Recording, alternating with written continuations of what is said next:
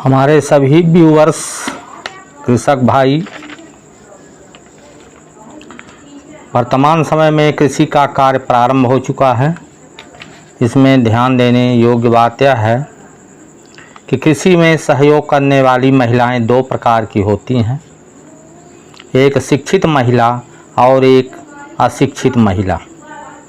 जिन घरों में शिक्षित महिलाएं होती हैं वे कृषि कार्य के प्रारंभ में फसल बोनी के समय अपने घर के किसानी करने वाले सदस्य को यह बताती हैं कि जैसे हम लोग सब्जी बनाते हैं और उसमें कई प्रकार के मसाले, तेल, मिर्च, धनिया, जीरा इत्यादि डालते हैं, तब जो सब्जी बनकर तैयार होती है उसमें संतुलित पोषक तत्व पाए जाते हैं और ऐसे घरों के प्राणी या व्यक्ति स्वस्थ होते हैं। इसी प्रकार यदि कृषि में फसल बोनी के समय एकीकृत या समन्वित पोषक तत्व प्रबंधन अर्थात जिसमें कार्बनिक खाद जैसे केचुआ खाद, गोबर खाद, कंपोस्ट खाद और अकार्बनिक जिसे रासायनिक उर्वरक यूरिया, डीएपी आदि कहते हैं और जैविक स्रोतों जैसे जैविक उर्वरक राइजोबियम, पीएसबी कल्चर आदि के मिश्रित उपयोग द्वारा पौधों को उचित एवं संतुलित मात्रा में पोषक तत्व उपलब्ध करवाए जाते हैं। पौधों की उचित वृद्धि, अधिकतम उत्पादन, स्वस्थ मृदा एवं मृदा की उर्वरकता एवं उत्पादन क्षमता बनाए रखते हुए लंबे समय तक टिकाऊ उत्पादन प्राप्त करने के लिए सभी आवश्यक पोषक तत्वों की मृदा में उपलब्धता अति आवश्यक है। वर्तमान में अधिकांश किसानों द्वारा केवल यूरिया एवं डीएपी उर्वरक का ही फसलों में प्रयोग किया जा रहा है, जिससे जो फल या अनाज का उत्पादन हो रहा है उनमें बहुत से पोषक तत्वों की कमी हो रही है। जब बोनी के समय हम कई सूक्ष्म तत्व या मुख्य तत्व बुवाई के समय नहीं डालते हैं तो हमारे फल सब्जी में कैसे पोषक तत्व की मात्रा रहेगी और इस प्रकार के कुपोषित फल सब्जी अनाज खाने से घर के सदस्य लंबे समय तक बीमार, कमज़ोर, किसी काम को करने में मन न लगना, ऐसे व्यक्ति घर में केवल भोजन लेते पड़े रहते हैं जिससे घर का विकास रुकता है। ये कार्य केवल महिलाएं ही घर में सहयोग कर सकती हैं।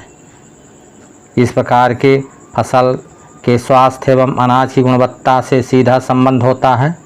पोटास के प्रयोग से पौधों में रोग एवं कीट प्रतिरोधक क्षमता का विकास होता है, जिससे वह रोग एवं कीट से कम प्रभावित होता है। दानों में चमक आती है। किसानों को पोटास तत्व की आपूर्ति के लिए एमओपी या म्यूरेट ऑफ पोटास उर्वरक का प्रयोग भी करना चाहिए। वर्तमान समय में बहुत से कॉम्प्लेक्स उर्वरक जैसे 12-32-16, 10-26-26, 14-35-14 आदि उपलब्ध हैं, जिसमें नाइट्रोजन, फास्फोरस एवं पोटास तीनों तत्व पाए जाते हैं। साथ ही फसल बोते समय इन कॉम्प्लेक्स उर्वरकों का उपयोग में भी आसानी रहती है, जबकि यूरिया, डीएपी एवं पोटास का पृथक पृथक प्रयोग में व्यवहारिक कठिनाई होती है। अतः किसानों को फसल बोते समय यूरिया, डीएपी की जगह इन कॉम्प्लेक्स उर्वरकों का उपयोग भी करना चाहिए। इन तीन मुख्य पोषक तत्व के अलावा द्वितीयक पोषक तत्व सल्फर, मैग्नीशियम एवं सूक्ष्म पोषक तत्वों का पौधों की वृद्धि, पुष्पन एवं फलन से सीधा संबंध होता है। अतः इन तत्वों की पूर्ति के लिए आवश्यक उर्वरकों का प्रयोग प्रत्येक फसल वर्ष में किया जाना चाहिए। सूक्ष्म पोषक तत्व के अंतर्गत जिंक की आपूर्ति के लिए जिंक सल्फेट 10 किलोग्राम प्रति एकड़, आयरन की पूर्ति के लिए फेरस सल्फेट 20 किलोग्राम प्रति एकड़, 3 वर्ष में एक बार सल्फर की आपूर्ति के लिए बेंटोनाइट सल्फर 10 किलोग्राम प्रति एकड़, डीएपी की जगह है एसएसपी का प्रयोग जिसमें 11% सल्फर होता है। बोरान के लिए बोरेक्स 4 किलोग्राम प्रति एकड़ डाला जाता है। लेकिन किसान भाई कई कार्यों में उलझनों में फंसे रहते हैं। ये समन्वित पोषक तत्व के बारे में नहीं जानते हैं, लेकिन महिलाएं जब कई सदस्यों को सब्जी खाने के लिए बनाती हैं उसमें जीरा, धनिया, मेथी, मिर्च, मसाला, हल्दी इत्यादि डालती हैं। इसी प्रकार फसलों में कई प्रकार के पोषक तत्व यदि डालकर अनाज या सब्जी तैयार किया जाए तो उसमें बीमारी से बचने के लिए सभी प्रकार के पोषक तत्व उपलब्ध हो जाते हैं और घर के व्यक्ति स्वस्थ रहते हैं, लंबी आयु तक जीते हैं। लेकिन महिलाएं इस ओर ध्यान नहीं दे रही हैं।